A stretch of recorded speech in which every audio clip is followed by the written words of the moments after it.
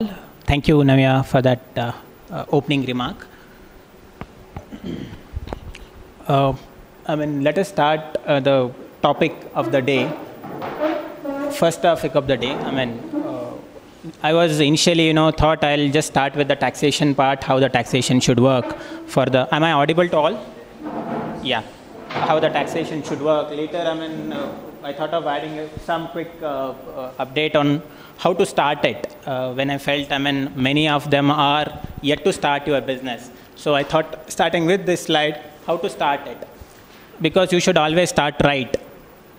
When you start a business, taxation or any other grant purposes, government policy purposes, government recognizes only few incorporation status for those grants. There are proprietorship, partnership, LLP, and private limited. There might be certain grants which might not be available to private limited, or there might be certain grant which is only available to LLP, and certain tax reliefs which are only available to domestic companies. So whenever you start, you should start it right. Proprietorship is something which you are starting a business in your individual name. Say, you are alone, you are starting it alone, and you don't need a separate status of the business. You just give a name and start with that. It's a very simple process of incorporating it. There is nothing specifically called incorporation. You can just put up your business, get some basic registrations like labor registration or a domestic, the state registration, what we call as technically, and you can start it. And it's a easy to entry and easy exit scheme kind of a thing. Partnership where usually preferred where you are two independent people, more people are coming together to start a business, then you actually start it as a partnership. Okay. When it is a partnership, there might be a registered partnership or an unregistered partnership. Registered partnership is nothing but you make an agreement between yourself. If there are 3 or 4 people, you make an agreement and you go and get it registered with a sub-register office, which will give more confidence to each of you. And also to the government saying, if something goes wrong, I have some basic documents to fall back. Okay. Basically, the basic difference between those registered and unregistered is you will have a legal power. If you are registered, you will have a legal power. If something goes wrong with one of your vendor or your customer, okay, you can go to the court of law. If it is not registered, then you cannot approach the court of law. This is the basic difference between that registered and unregistered partnership. Okay. LLP is a new concept. It started 2008-9. That is the time when it started. Limited liability partnership. It is an extended version of partnership where government tried recognizing a partnership. Till now, if you see the partnership, it is not in the limelight. Okay, so here it is regulated by Registry of, Ministry of Finance. It is regulated by Ministry of Finance there. There is a registrar of companies who is overlooking your filing, your statutory compliances, how the partnership is, built, and what kind of agreement that you are having. That will be put in a public domain. Anybody, if you two are starting a partnership, I can go and see what kind of a partnership you are having. It's all in open. Okay, that give a more transparency and it will give more confidence to the people who are doing the business with you. Okay. Moving on to private limited, which is something comes with a greater responsibility to all of you. If you start it as a private limited, it will be completely transparent. Anybody can see your financial statement. Anybody can access your complete document, what you are doing, how you are doing it. And also, LLP and private limited comes with a limited liability. The advantage is proprietorship and partnership. If you incur loss, you will have to pay it from pocket. Remember that. If you make a loss of 50 lakh or 60 lakh and there is a bank loan sitting on you, you will have to pay it. You will have to reimburse them, or you will have to make it good out of your pocket or out of your own asset. When it comes to limited liability partnership or a private limited company, that is not the case. If you can establish that, okay, this is a genuine business loss, I could not make anything, I mean, it is not my fault that business could not take off, then there is nothing which can go out of your pocket. It is limited. If you put up initial money of 10 lakh, it is limited to that 10 lakh, nothing more than that. Okay? Under private limited, it is very strictly monitored by register of companies. You will have to file your regular returns. You will have to file, I mean, you will have to comply with the income tax provisions. You will also parallelly have to comply with the Ministry of Finance regulation that is regulated by the Companies Act. Okay? There, the cost of default is too high. Government is going to give you, a big ticket for any default that you make. It all runs in per day basis. Every day 100 rupee, 200 rupee. If you make a default for 1 year, I mean, we have seen companies when we assist our client who did not file their return for 2 years with ROC, they had to pay a penalty of more than 5 or 6 lakhs. Otherwise, their DIN is going to get blocked. They can never get into a private limited mode again. So that is the kind of rigid structure that private limited has. And also on the exit part, private limited has a very steep exit regulations. You cannot just close it. There are a lot of stakeholders involved.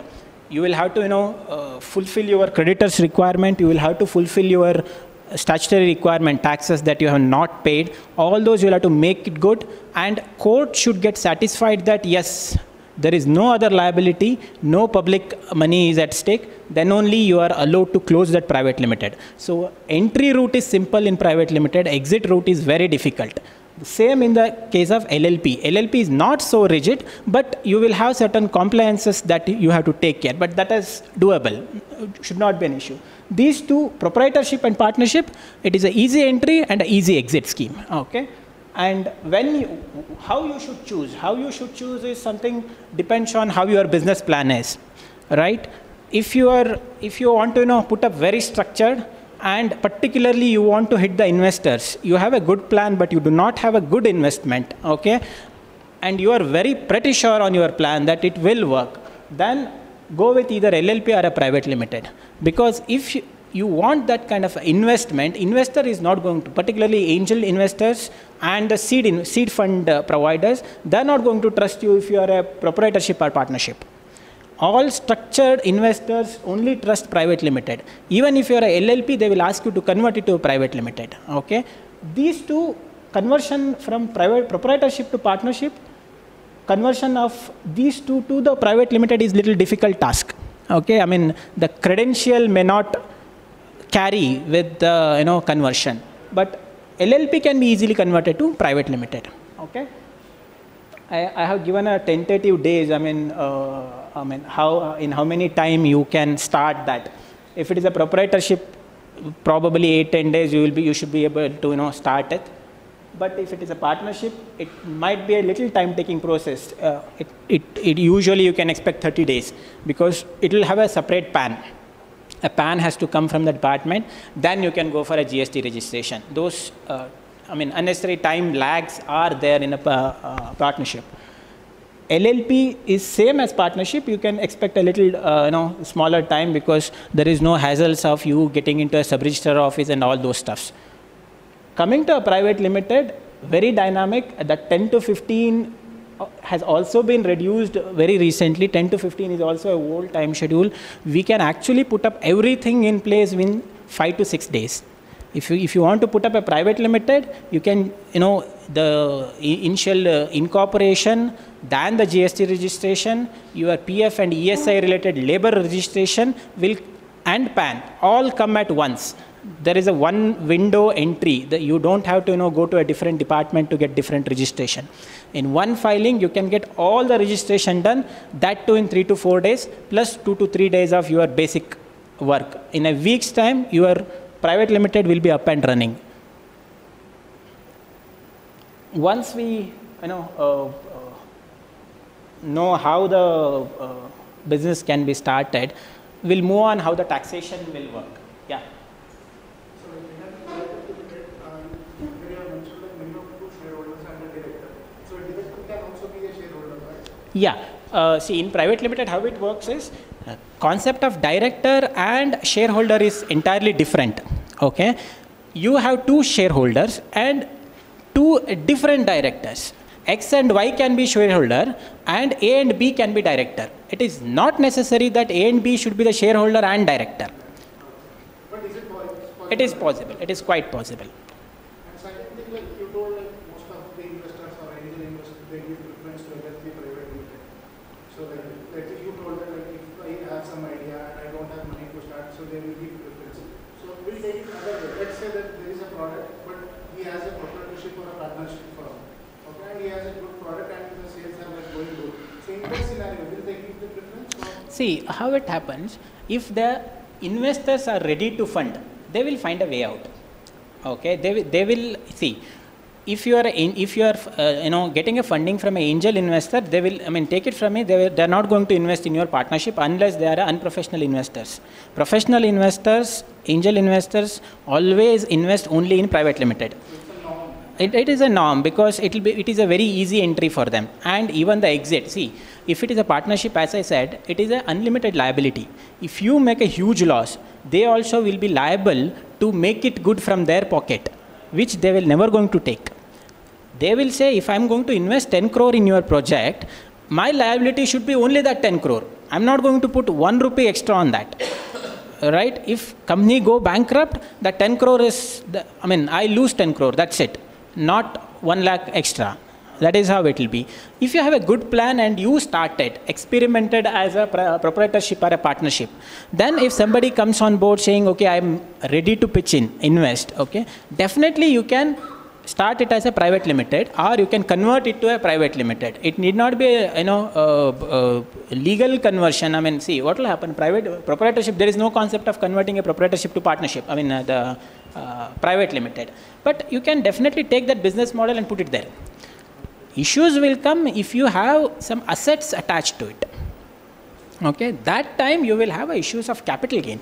That is where we say, it might give you some complication. Otherwise, it is very much possible. Yeah.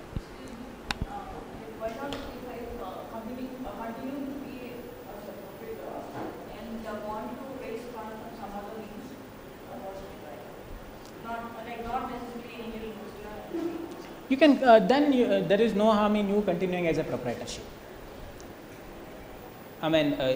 You are saying, how do I raise the fund? Probably on the government grant part, he should be able to tell you. And on the private investor part, you can reach out the investors. You will have to find the people who actually help you on the raising the fund.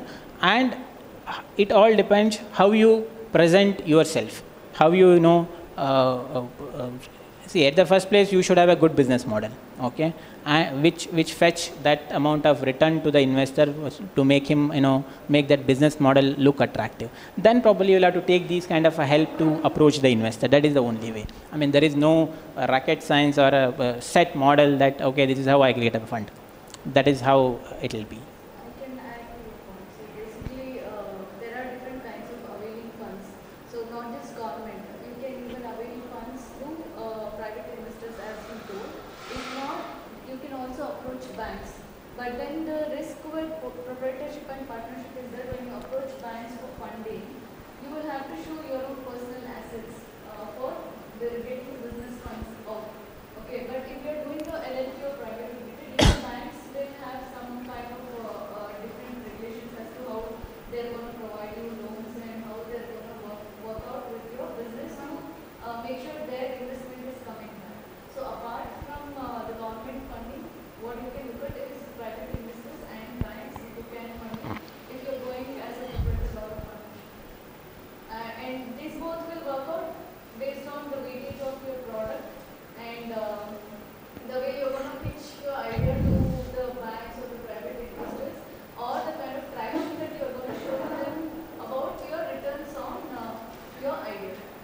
Yeah, one more thing is what I heard is the angel investors are not seeing fund, and they expect majority of things to be majority of the income profit to be on their side. Maybe some 60% or 55%, more than 60%. That's what I know. I don't know. See, if you're talking about the angel investor, angel investor never expect that kind of shareholding. Usually they limit themselves somewhere between 20 to 30, 35. They don't want to control the company. Okay. If they want to control the company, only those investors ask you for more than 50% share. Okay. Otherwise, it will be well within 30%. They don't want to take no risk, and neither they don't want to control that business. They want you to control. They only will finance.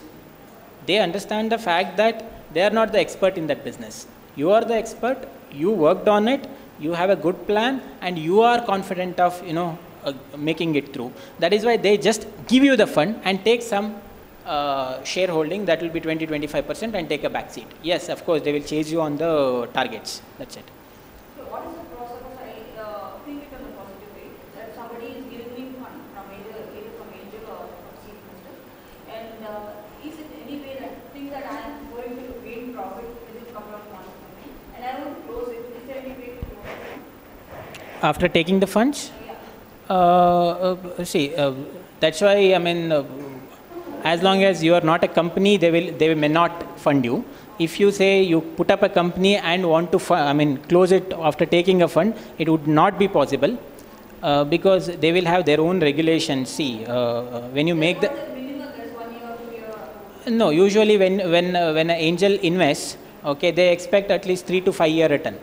Okay, you have to perform for that 3 to 5 year period. After that, you will have to buy them out.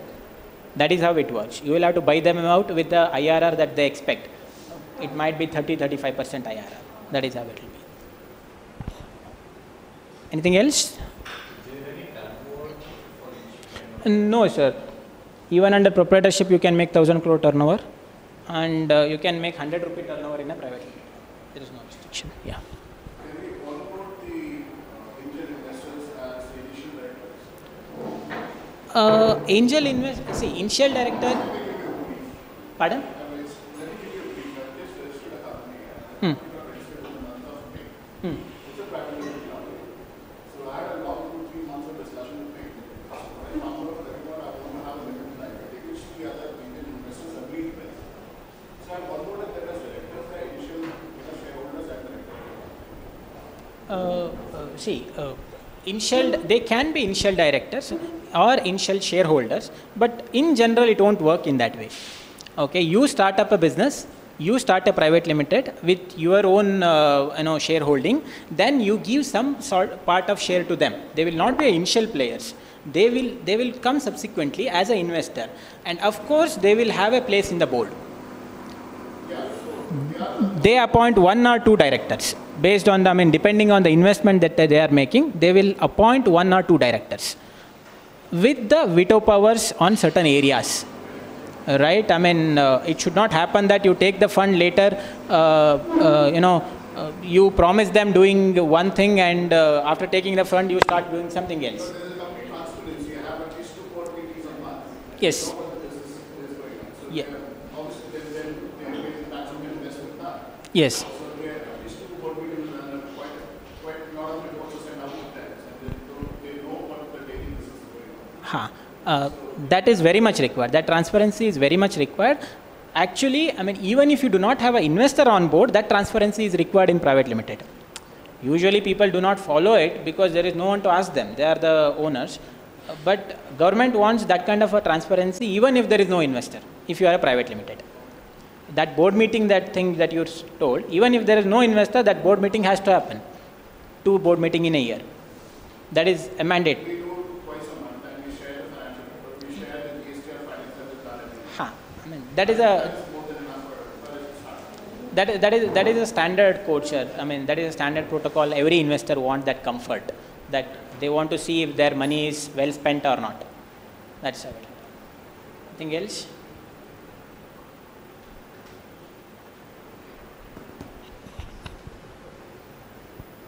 We'll move on. Yeah. Let us quickly discuss some of the tax reliefs which are available to the startups, specifically to the startup. I'm not going to discuss all the reliefs that is in the Income Tax Act. I'm going to only touch upon few tax reliefs which are there for the startups, and I'll clear the flow to the next session. One is 15% tax rate. In general, there is a 25% or 30% tax rate for the businesses. If you are a LLP, if you are a partnership, if you are a private limited company with more than 400 crore turnover, your tax rate is 30%. Okay. If you are a small company, your tax rate is 25%. As against to those tax rate, you have a discounted tax rate of 15% and 22%. These two are the recent amendments or recent reliefs that they have given. Last month, 22nd, they have given, finance ministry has announced these two.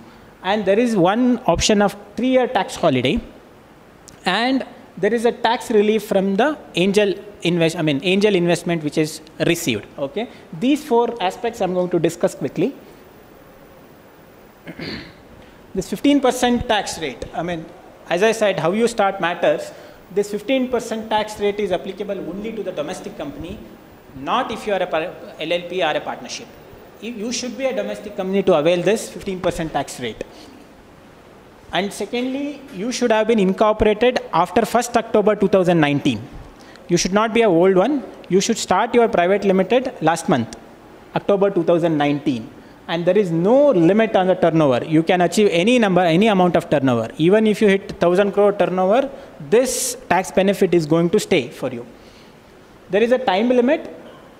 You should opt for, it is a special scheme for you. This scheme you should opt in the first year of incorporation itself. If you miss opting for this 15% scheme in the first year, you can never opt it again. Okay, that is gone for that private limited. And the business, it is only specifically for manufacture and production, not for the service industries. This scheme is not available for the service industries. Okay. And there are certain other conditions. It should not be a splitting up or restructure of existing business. Like if you already having one business, you saw this as a good benefit, tax benefit. You want to take out some of the machinery from your existing business and put up a new private limited. That will not work. This benefit you won't get. And 80% of your machinery should be new.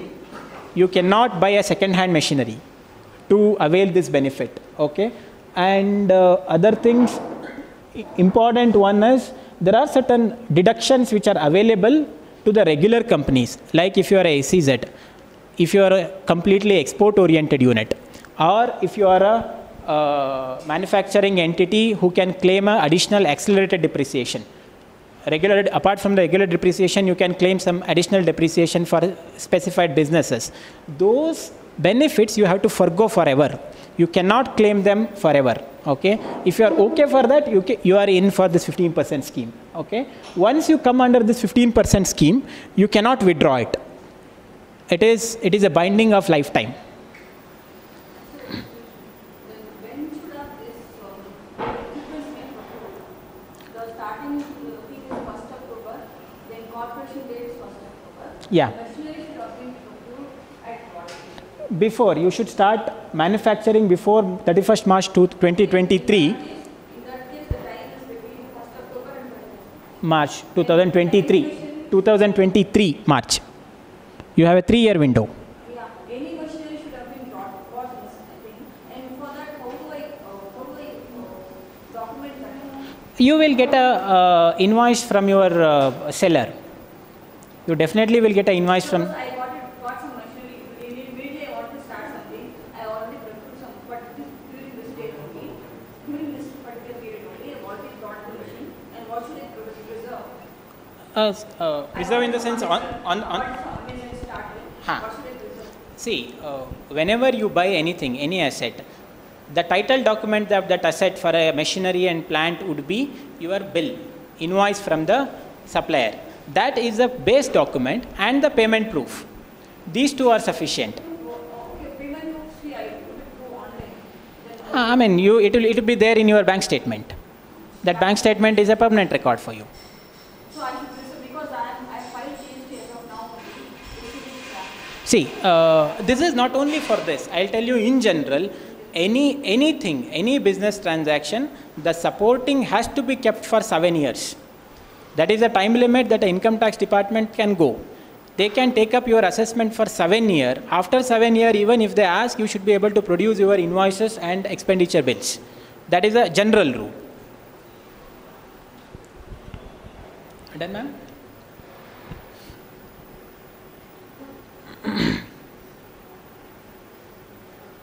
Yeah, this, we can skip it.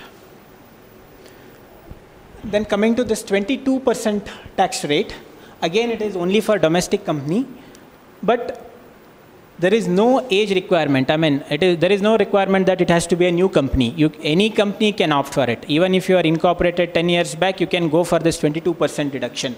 There is no limit on the turnover, and you can opt anytime. You can opt anytime. It is not that in this year only you will have to opt. You can opt in any future time. That is fine. And business also, it can be manufacturing or service or any kind of a business. There is no restriction. Everybody will, are eligible to take this 22% credit.